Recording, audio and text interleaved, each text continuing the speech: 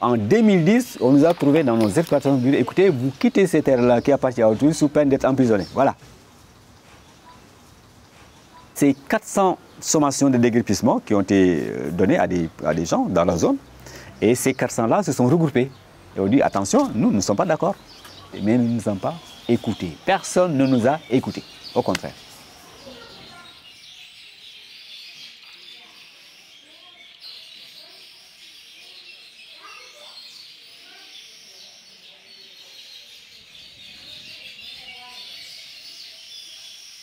Nous considérons la zone comme un pôle d'excellence agricole.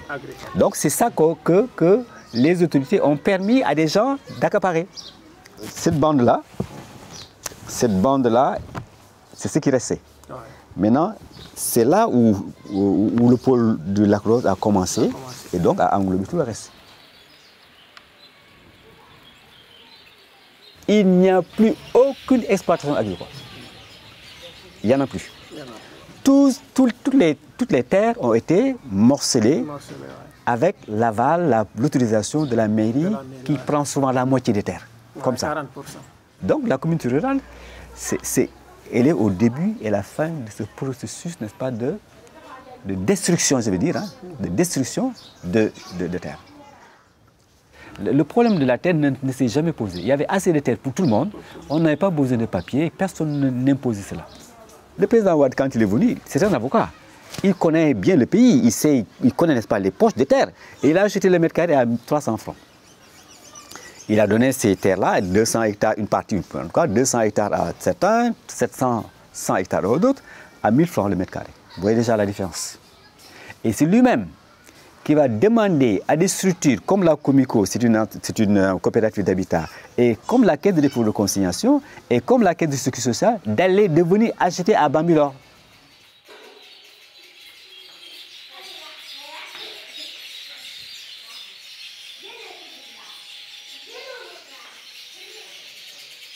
Nous, on veut rester et faire de l'agriculture, vivre en famille, tu vois. Et c'est un choix. Moi, je crois qu'on a aussi cette liberté-là que l'État ne veut pas accepter, tu vois. Nous, on sent vraiment de l'injustice dans cette affaire. C'est pas aussi ce qu'on espérait, ni de nos autorités, ni aussi de notre pays, de notre communauté, tu vois. On est seul dans le truc, tu vois. Mais il y a les autorités du village, déjà, ils se sont démarqués. Hein, ils sont avec la commune est avec l'État. Ils font leur petite affaire, tu vois, à coups de milliards. Tu vois, une grosse affaire, tu vois, parce que beaucoup de gens se sont enrichis et à coups de milliards.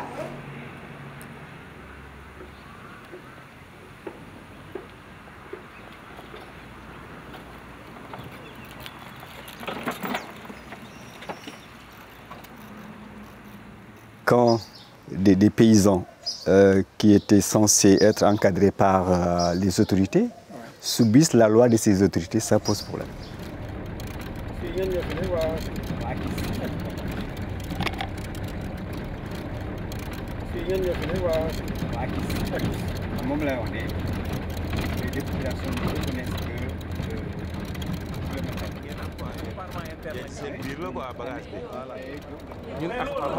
Immobilier yi suñ zone bee ne ñoom bu ñëwee boo yoroon ay 4 hectares 5 hectares 6 hectares yaa xam dañuy ñëw un beau jour ñu ne dañuy estimer tool bi estimation 3 millions wala 2 millions nga génn say kayit ñu génne la ay titre foncier ne la titre foncier baa ngi nii suñ demee si yoon yow yaay perte soit nga jaay nu ko 10 millions nu fay la nga dem ñi nangu dañuy jaay seeni tool dem tasaare ak seeni doom léegi ñoom mun xëyee dañuy toog ñoom ñu jël tool yi nekk fee yëpp leen jël def ko ay cité yi daanaka xaaj bi yëpp kenn bayatul.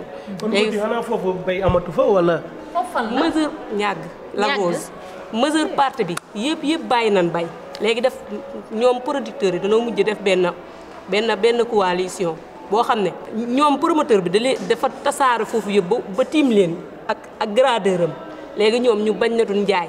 Ngoti ana commune bi si loolu lépp commune bi moom complice la wala maire bi si bopp moo leen di jàppale mais est-ce que xam nga ne yow li nga wax ñun ñi dañ koy dund ñun ñi nga xam ne ñu ngi ci filière lait bi ñun éleveurs yi aussi dañ koy dund parce que boo xoolee fi nga xamante ne moom la ñuy yore fi nga xam ne foofu la ñuy yor suñu nag yi dañuy am problème fu ñu leen di yoree mooy accaparement terre suuf si dañuy am problème fu ñuy yaree suñu nag yi dañuy am problème fu ñuy jaaralee suñu nag yi mooy li ñuy wax saaw fi nga xam ne fa la nag yi di war a jaar chaque jour nga dégg éleveur bi ak agriculteur bi ñu ngi laalante ñu ngi am ay problème yooyu la.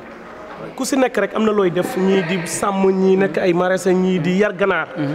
mais ku si nekk rek am na lu mu dund fii. mais man bëgg naa parce que am na loo xamante ni sama ci à cœur. mooy man nit ñi ni ñuy dee si géej gi. te Fall moo ci gën a mën a placer pour wax ñu ci tuuti nan la ko gisee mooy nit ñi te moo dëkk ci wetu géej te porte de sortie bi mooy géej gi pour l'immigration clandestine. lan moo waral exactement jeunes yi nangu ñoo toog ba léegi te xam nañ ni ñiy dem xaaj bi yëpp ñu ngi dee. lan mooy problème bi lan mooy solution bi pour yow parce que nit ñaa ngi dem. d'abord ma commencé problème bi booy seet copier-coller lañ koy tuddee. ñun en tant que pêcheur c'est le même problème de l'agriculteur c'est le même problème de l'éleveur. Le problème est basé sur de l'accaparement. En tout cas ñun jeunes CNCR ñun jeunes yi nga xamante ne ñooy travailler la terre dañu bëgg ku ñu jàppale fekk ñu suñu ay toolu baay. boo ñuy jàppale boo ñu fekkee suñu toolu baay tamit bu fekkee suñu baay amatuñu suuf bu doy nga seet nan la ñuy amee suuf si dëkku béy ba ñu nekk. est-ce que mën naa fexe ba mu dund ci ba am ci poosam ba yor ci kër kaa yu mel noonu ñun soxlaawuñu ko. te mu ngi ñuy sonal état mu ngi jël ay fonds di jël xaalis yi fonds de financement destiné pour la jeunesse ñu koy jël di ko def foo xamante ne laajuñu ñu suñu avis dañu ñëw tabaxal ñu. tabax ay institution wut ay coordonnateur tabax ay bureau projet bu fi ñëw amuñu sax confiance ci béykat bi waa béykat bi noo koy dimbalee ba pare nii amoo confiance pour jox xaalis bi ñun dañ di ay rab. problème immigration clandestine man am naa ci benn copain moom dafa yoroon boutique di jaay en même temps mi yar ay xar mais finalement dafa mujj dem benn saa dëkk bi xam naa xaw a dëgër ci moom mu doon gis tekki jooni léegi mu obligé daf jaay boutique am bi jaay xar yi dugg ci gaal yi mais finalement il a perdu la vie.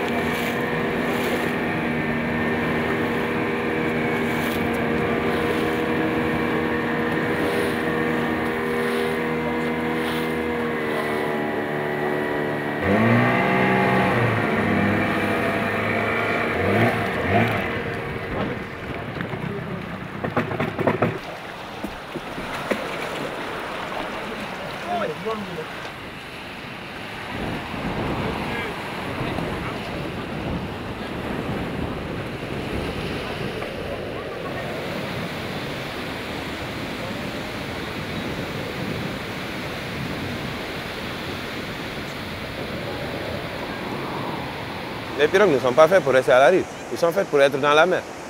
Les pirogues ne sortent pas parce qu'il n'y a pas beaucoup de poissons. Si tu dépenses de l'essence aujourd'hui 10 000, tu pars en mer, tu as une capture de 5 000. Donc après tu es obligé de remplir l'essence encore. Tu es endetté de 5 000.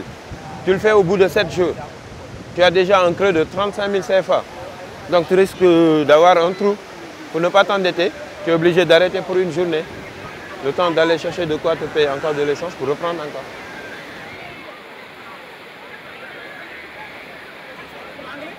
Il y a 10 ans de cela, avant 1h, 13h, de 8h du matin à 13h, c'était 5h.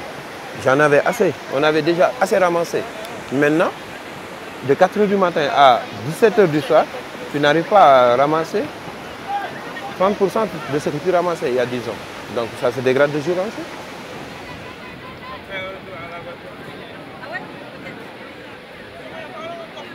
À l'époque, le poisson, le poisson, ça courait jusqu'à la rive. Et tu voyais que c'était noir à l'intérieur. Donc s'il y avait beaucoup de poissons, il y avait beaucoup d'espoir. Mais là, c'est des miettes. Hein. Donc à la place d'amener du poisson, ils amènent de la saleté, ils amènent un peu de poisson. Il y a aussi les petits poissons qu'ils amènent. Ça veut dire qu'il n'y a plus rien dans la mer.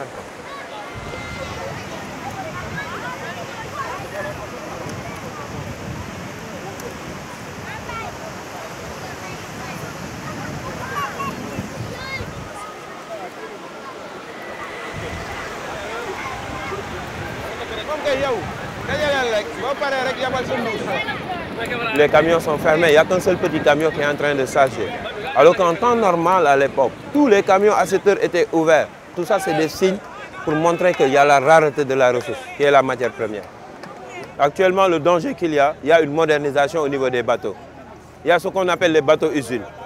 Des bateaux qui sont capables de capturer le poisson tout de suite, de le mettre sur le pont. Mais s'ils capturent, par exemple, 10 tonnes, ils ont juste besoin de 2 tonnes. Les 8 tonnes, ils rejettent en mer. Les pêcheurs qui font la traîne là, qui font les 80 km, les 70 km, ils voient que ça traîne partout. Tout est blanc, la mer elle est blanche parce que c'est des poissons qui ont été déversés par les bateaux. Et eux, ils prennent tout avec le filet, ils mettent sur le pont. Ils font le tri parce qu'il y a les matelots à l'intérieur du bateau. Ils vont faire le triage, ils vont prendre tout ce qu'ils ont besoin. Le reste, ils jettent à la mer avec des tuyaux, avec des surpresseurs, des tuyaux comme ça. Ils raflent tout et ça tombe. Nous, on a été là, témoins oculaires. Et là, la mer, elle est blanche de poissons, de petits poissons comme ça, et des variétés différentes. Ce sont les bateaux européens. Les bateaux européens, ils sont larges. Comme je t'avais dit tout à l'heure, ils ne respectent pas les normes au niveau des distances, ils ne respectent pas les normes au niveau des captures. Personne n'est là pour les contrôler. Voilà ce qu'on vit. Là, les jeunes sont en train de jouer au football, les autres sont assis devant les camions, les autres sont par terre. Ça, c'est un signe de démotivation. Quand on veut que le jeune reste là, on dit que installation des jeunes, insertion des jeunes, rester ici au pays, travailler ici au pays, réussir au pays. Tout ça, c'est de beaux slogans. Mais il y a un socle pour tout ça. Le socle, c'est de mettre ces jeunes dans de très bonnes conditions de travail et laisser la ressource aux jeunes. La mer ne peut pas supporter le poids qui est exercé sur lui. Il y a une surcapture en excès au Sénégal. En excès. Tant sur la pêche artisanale qu'industrielle.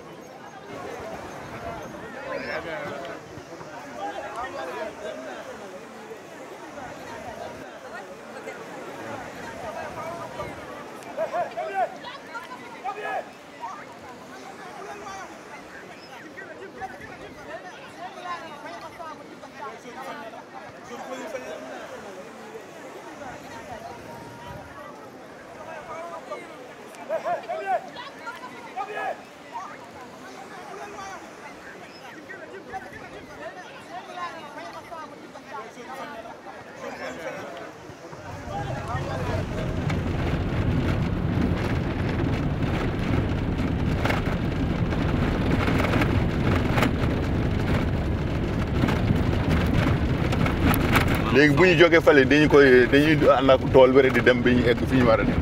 Voilà.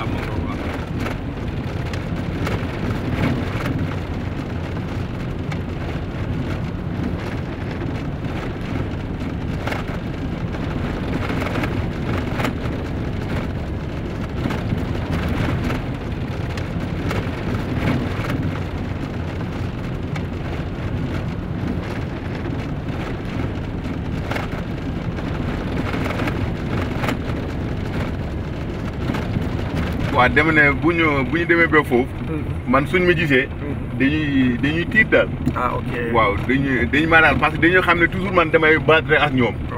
waaw léegi nag xam naa ne même yéen kese bu ngeen demee aussi duñu nangu ngeen dugg. Ah ok. waaw mais nag mun na leen bay ngeen dem ngeen jéem négocier loolu ngeen xamaat ko seen bopp. waaw. nee na si sa xalaat yow lu waral ñële bëgguñu ñu ñëw foofu jël dara wala ñu wane. waaw parce que dañuy xam ne nekkuñu si dégg aussi te bëgguñu ñu coow bi bëgguñu wax bi jóg ñoom bu doon seen sax dañ koy nappal bëgguñu benn wax bi jóg parce que da leen di sonal. parce que ñu bari dañ koy xam aussi ñi li ñu nekkee nekkuñu si dégg. kon ñoom xam nañ ne nekkuñu si yoon quoi. ah xam nañ ko kay ñoom kay xam nañ ko ñoom kay buñ nekkoon si yoon bu ñu ragal kenn wax ñoom nañu tontu rek. mais parce que bu njëkk dañ doon def ñun bu ñu defee benn média woo def conférence de presse aussi wax télé yi ak rajo yi ñoom tam dañuy dem jëli ay nit Richard Toll fay leen ñoom tam ñu def média ñu ne projet bi baax na ñooñu dëkkuñ fi dëkkaatuñu fi.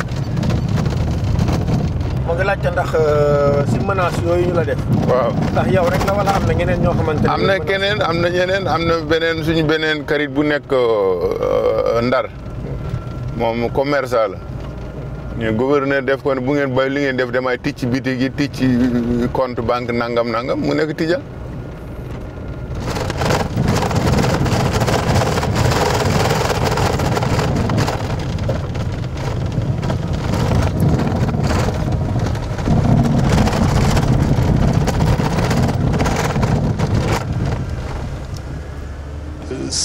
Le projet, comme je l'ai dit, n'est pas venu pour prendre. Le projet est venu pour partager.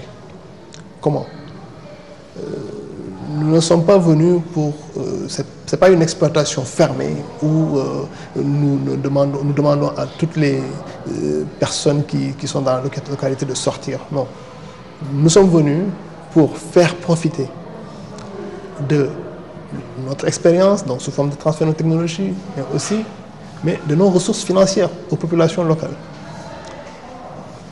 Il y a d'abord, évidemment, les emplois. Parce que vous ne pouvez pas faire un projet tel quel et faire venir des emplois par ailleurs. Ces emplois sont des emplois sénégalais et de surcroît des emplois prioritairement des personnes de la zone. Certains vous reprochent dans cette zone de vouloir recruter les jeunes en les transformant en ouvriers agricoles. L'agriculture sénégalaise a toujours évolué avec des ouvriers agricoles. Tout le monde n'est pas entrepreneur en milieu rural. Je suis désolé de le dire. Traditionnellement même, le phénomène de Sourga a toujours existé dans ce pays. Alors, que certaines personnes qui n'ont pas de terre puissent vendre leur force de travail, je n'y trouve aucun inconvénient.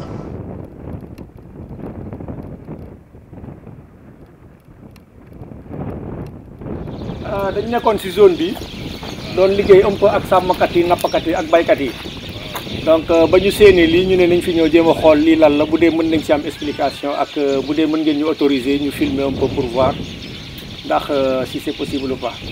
ah fii société la quoi. ok mooy seen yi. ok léegi mu nekk ferme de la Teranga quoi. société bees la bu ñëw ci dëkk. tax ñu ne nañ jege si tam bu dee mën nañ dugg ci biir xool un peu filmer tracteur yi ak. dañ koy interdit. ah c'est interdit. ah ok. domaine privé la quoi. ah domaine privé la ah ok.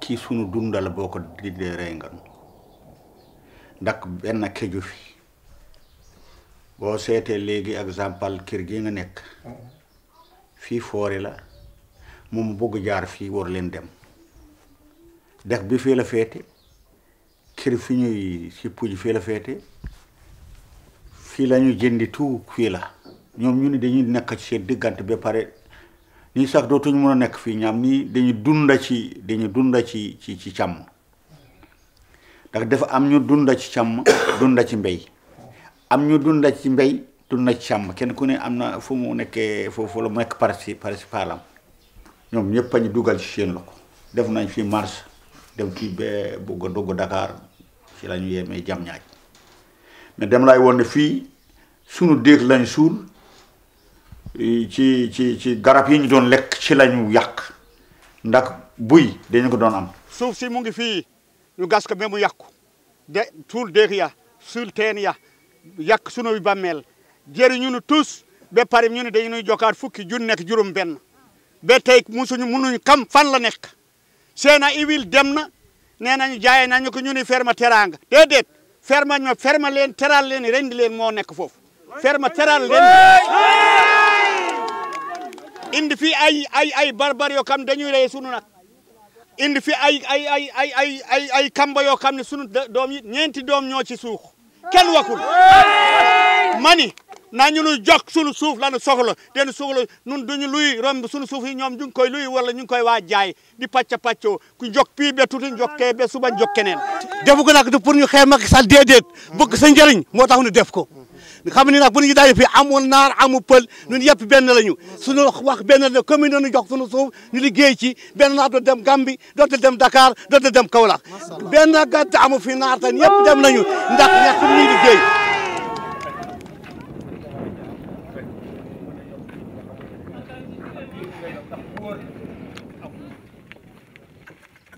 te ñun duñu liggéey si moom jël nañu suñu wetu kër yëpp aménagé ñun fi ñu nekk yi ñu ngi ñu def si kasu mënuñ sax génn.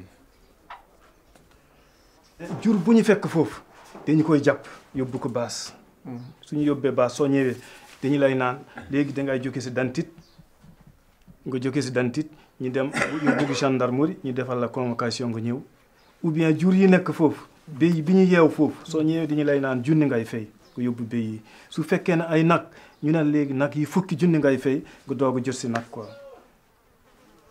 te fekk terrain bi pare na génne nañu seen mbéy yëpp génne nañu ko ba des te soo leen waxee nii ñu ne la ah suñu terrain la suñu nekkee suñu terrain dara du fi jaar est-ce que kooku léegi su ñëwee encercler la léegi comme ça ndax da nga mën a dund ak moom dundin bu neen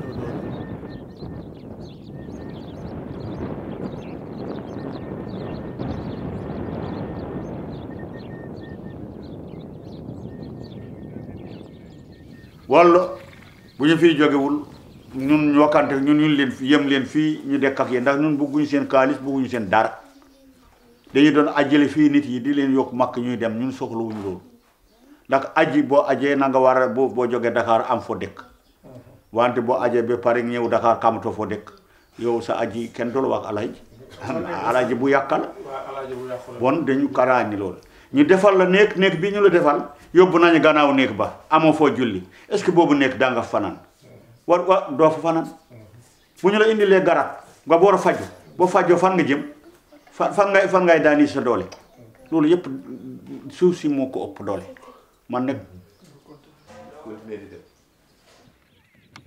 problème seen huile neexul wax parce que dafa njëkkee si problème yu bare bay yow bul moom dara mu jël la benn weer wala benn at ma daxal ngay nekk ngay towsaan wala ngay immigré si gaal yi amtul naxe te foofu yëpp dañu leen dàq ay gardien ak oto yu kenn xamul dem Makka ak tabakal ak lépp pour nax la fii nekk principal bi mooy sàmm mbéy tegu ci te bu sàmm bi jógee fii amatuñu suuf duñu dund mënutuñu dund ndax même seen cimetière ñu ngi ci biir bu loolu passé nun xam na ne ñun ñiy dem bee jàlla bu ñu baxee lii mu féeti nu gannaaw est-ce que daanu mun a tëdd est-ce que yàlla dina na bay sax ñu tëdd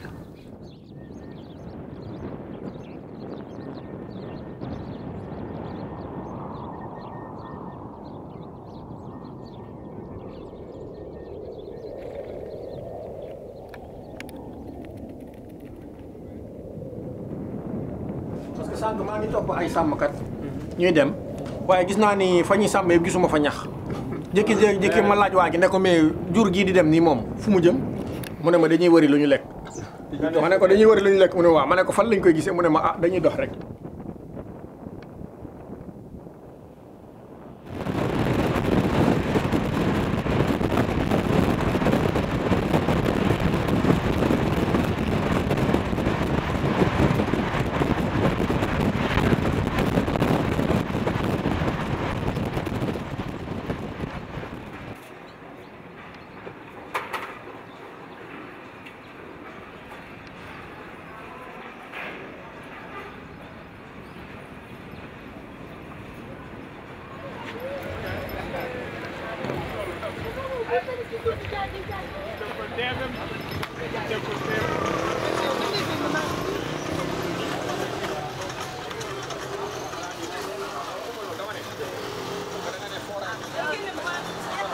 su mooy amee daal ñun moo ñu gënal ñu toog fee ne Dóor waar moo ñu gënal que ñuy ñëw fii nii di sonn parce que fii moom wax dëgg fa yàlla dëgg coono la soo fi ñëwee rek mooy loolu famille bi xel na la yàgg gis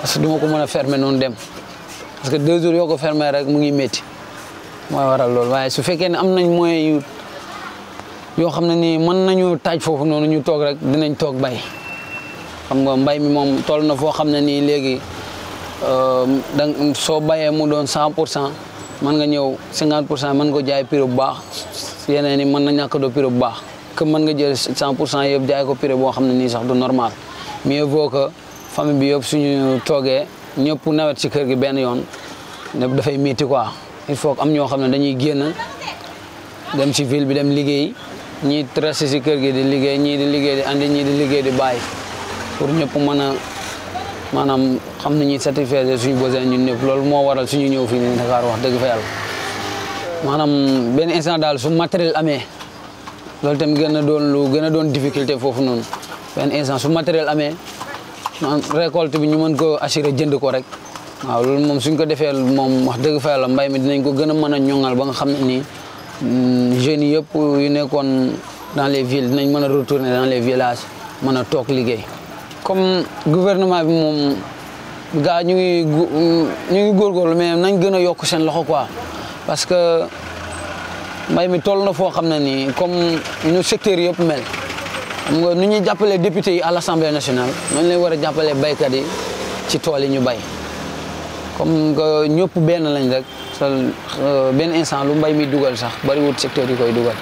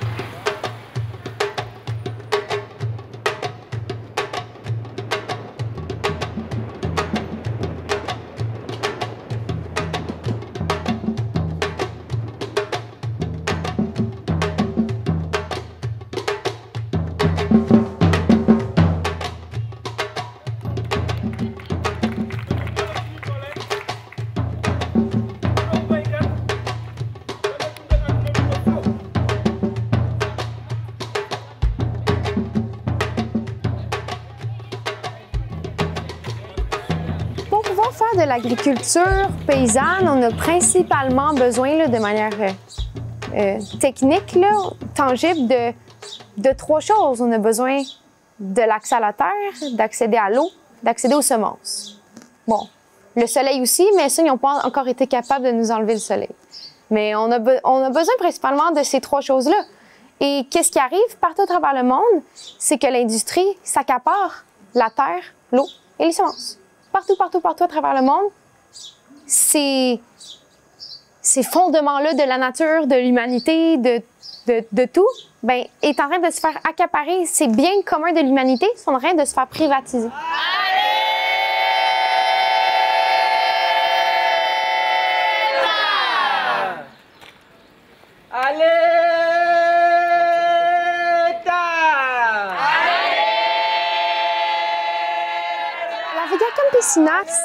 Ça nous fait voir à tous les jours qu'on n'est pas seul dans la lutte.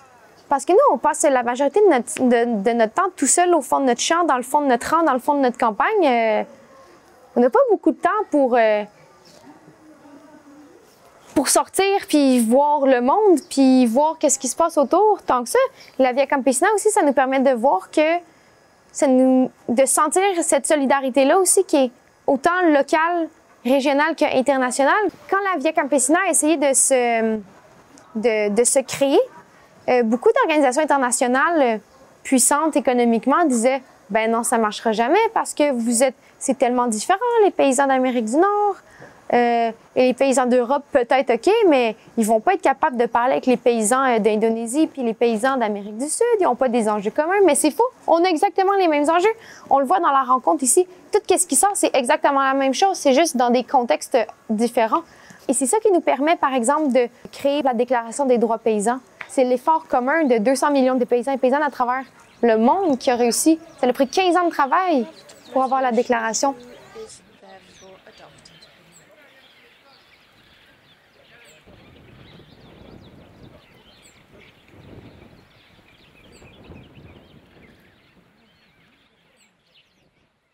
La déclaration, c'est une reconnaissance d'un certain nombre de droits des paysans par les Nations Unies. Sur les violations des droits des paysans, sur la criminalisation des luttes, on peut dire que c'est un accord moral des pays.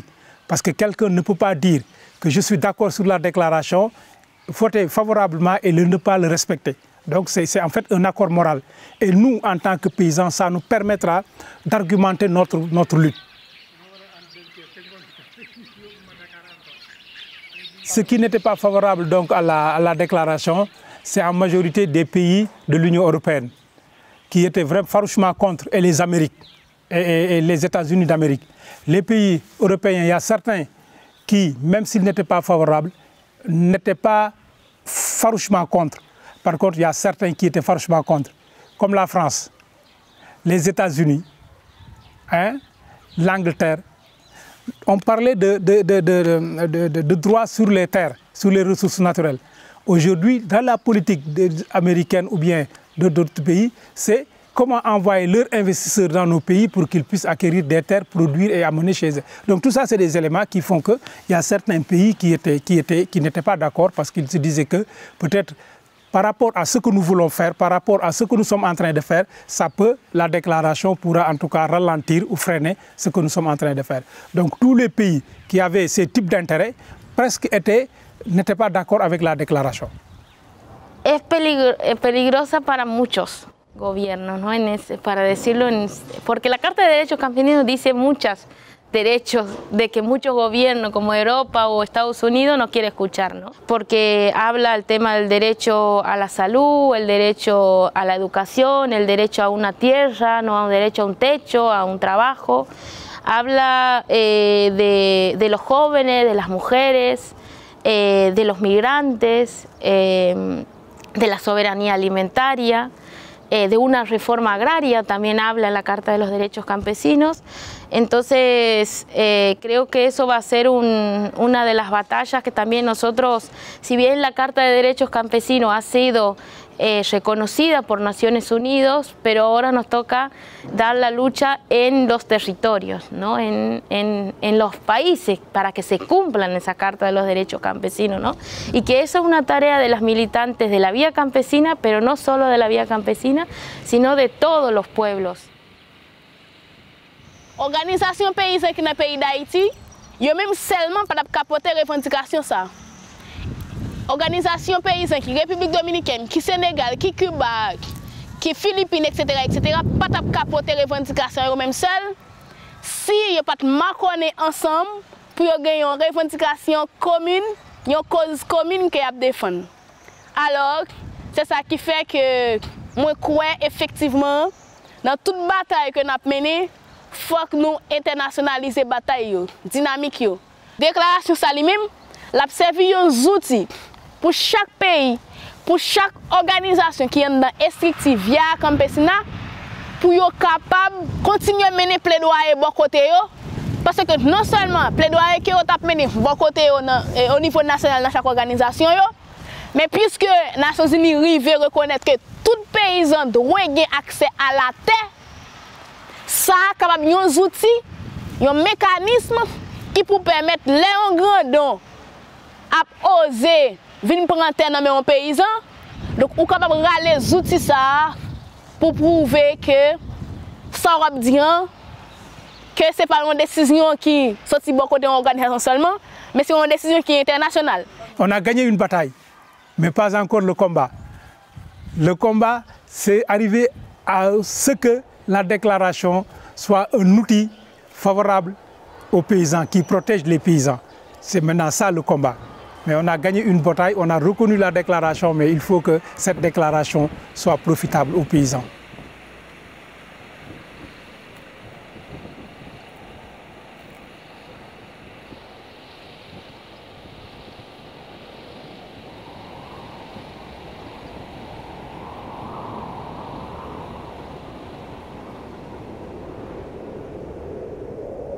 ñun ndawi mbootaay gi ñu naan Via Campesina di ay baykat ak ay nappkat góor ak jigéen cosaanoo Afrique Amérique Europe Asie ak réew naar yi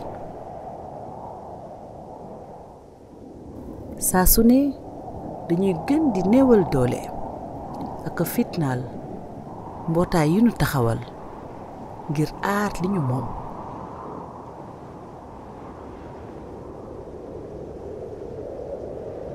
dem sax bay xoqatal ak a faat ñenn ci sunuy ñoñ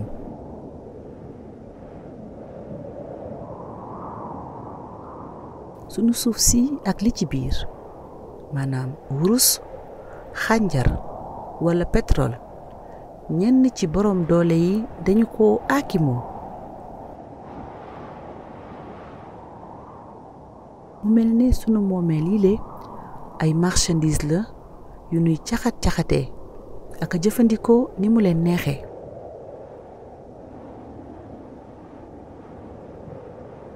dem ba xañ ñu sunu warugar ak sunu wàll ci dundal askan wi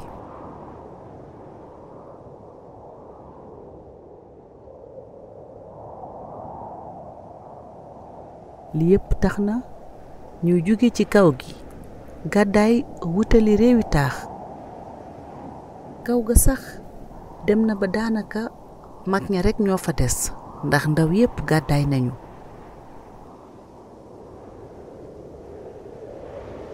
muy luy gàllankoor tey ak ëllëgu askan wi li ñu bëgg ñu jëfee ko mooy wàllu mbay ñu génne ko ba mu set ci lu ñu tënk ak biti réew ñi ngi ñuy gëmloo ni anam yi ñuy jëflante ak bitim réew mooy sunu yokkute te biir nañu ne loolee amul bu nu sukkandikoo ci sunuy jaar-jaar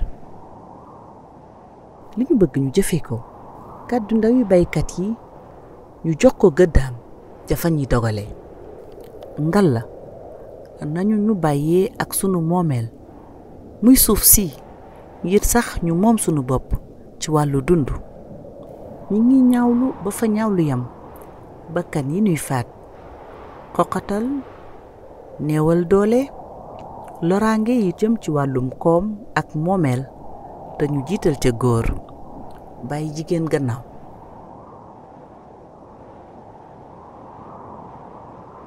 xeex bii nag ñi ngi koy bokk ak képp ku ñuy noot te nga taxawu jàmm ak siggil saw askan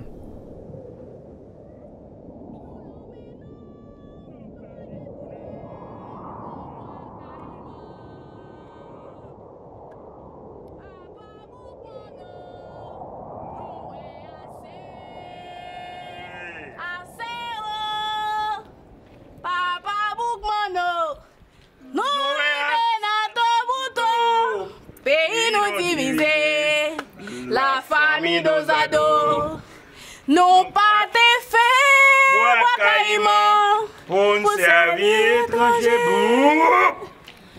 Boukmano, non Wakaima. Nous l'emmenons, non pas détourner, non Wakaima. Papa Boukmano, nous est assez.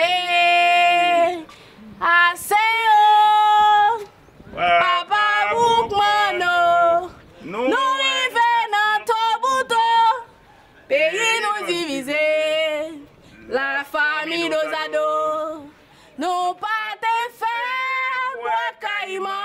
On servit.